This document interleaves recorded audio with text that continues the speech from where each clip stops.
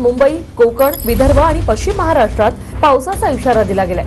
काही ठिकाणी मेघगर्जनेसह वादळी वारे वाहण्याचीही शक्यता आहे, तर हवामान विभागाकडून हा अंदाज वर्तवण्यात आलाय। पावसाचा अंदाज हवामान विभागाने वर्तवलाय।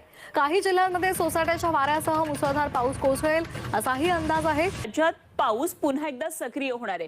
24 जुलै ते 7 ऑगस्टला जोरदार पाऊस या दरम्यान बरसणार आहे आणि महाराष्ट्रासह मध्य भारतात पावसाचा हा अंदाज व्यक्त करण्यात आला आहे। नमस्कार मित्रांनो, स्वागत आहे आपल्या किसान राजा YouTube चॅनलमध्ये। चॅनलच्या माध्यमातून आपण बघणार आहोत बघा येत्या 2 ते 3 दिवसांमध्ये महाराष्ट्रात हवामान अंदाज कसा असणार, काय आहे हवामान अंदाजाचा व्हिडिओ।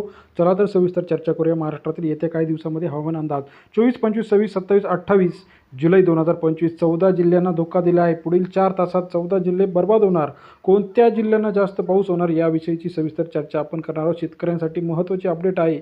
येत्या काही दिवसांमध्ये हवामान मोठ्या प्रमाणात होणार आहे। 14 जिल्ह्यात ढगफुटी होणार आहे। कोणत्या जिल्ह्यांना रेड अलर्ट दिला आहे, कोणत्या जिल्ह्यांना ग्रीन अलर्ट दिला आहे, कोणत्या जिल्ह्यांना येलो अलर्ट आहे, सविस्तर चर्चा। शेतकरी गेल्या काही दिवसापासून हवामानाचे अंदाज बघत होते, परंतु पुढील 4 तासात असा अतिशय मोठ्या प्रमाणात पाऊस होणं अपेक्षित आहे।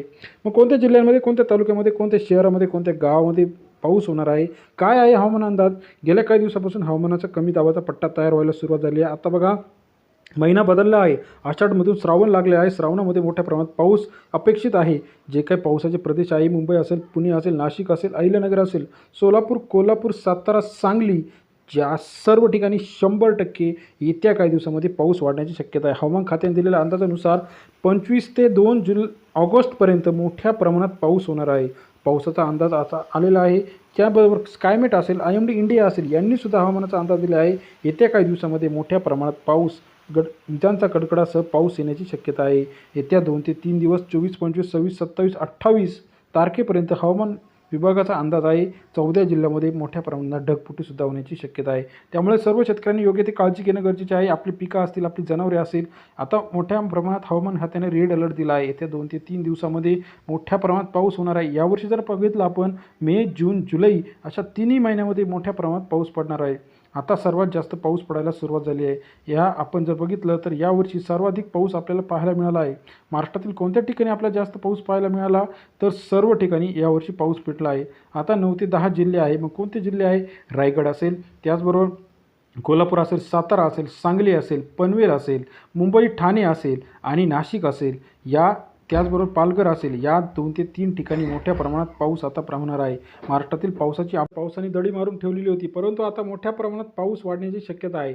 येत्या 2 ते 3 दिवस मोठ्या प्रमाणात पाऊस 25, 26, 27, 28 जुलै आपण जर बघितलं तर 26 जुलैचा रेकॉर्ड आहे। मुंबईमध्ये 26 जुलैला पाऊस हा मोठ्या प्रमाणात मुसळधार पाऊस झालेला होता।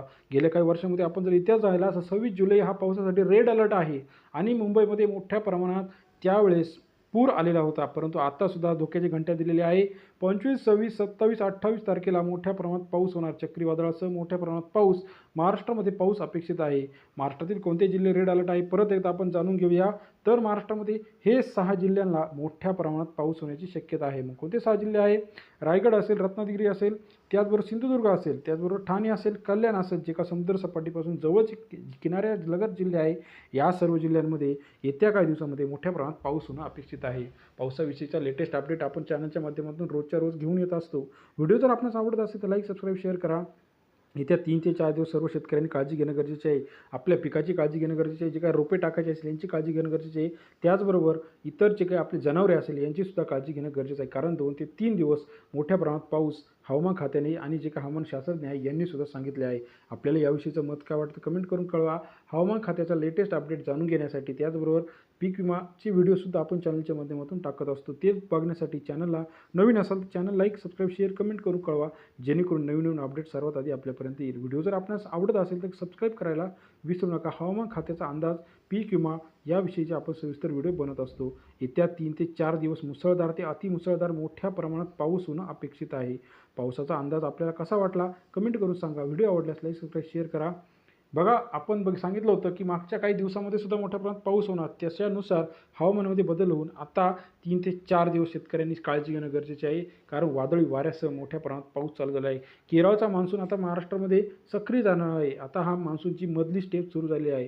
पहिल्या काही दिवस होता पूर्व मान्सून, आता हा मध्य मान्सून आहे. येत्या काही दिवसामध्ये अजून मान्सून सक्रिय होऊन राज्यातील सर्व जिल्ह्यांमध्ये मोठ्या प्रमाणात पाऊस होणार आहे. पावसाचा व्हिडिओ आपणास कसा वाटला कमेंट करून सांगा. अधिक माहितीसाठी चॅनलला लाईक, सबस्क्राईब आणि शेअर करायला विसरू नका.